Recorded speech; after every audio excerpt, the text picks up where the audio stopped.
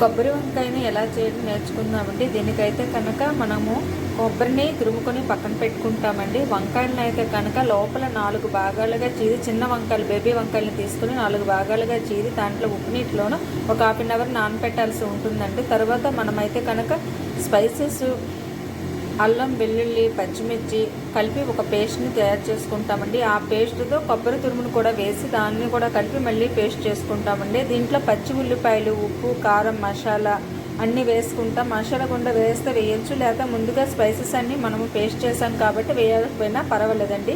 దీన్ని అయితే కనుక కళాయిలో వేస్తే కొంచెం ఆయిల్ వేయాల్సి ఉంటుంది. అలా కాకుండా కుక్కర్లో పెడితే అసలు ఒక చుక్క కూడా ఆయిల్ వేయకూడదండి. చూస్తారు కదా, నేను ఒక్క చుక్క కూడా ఆయిల్ వేయలేదు. అయితే 3 కిందకి ఉండేటట్టు చేసుకోవాలండి. పైన పెడితే ఏమాత్రం అంటినా పోతుంది. అందువల్ల 3 కింద వేయాలి. ఒకవేళ మిగిలిన నీరు మొద్దగానే మిగిలితే అది కూడా అందులో వేసేయండి. చాలా టేస్టీగా ఉంటుంది, ట్రై చేయండి.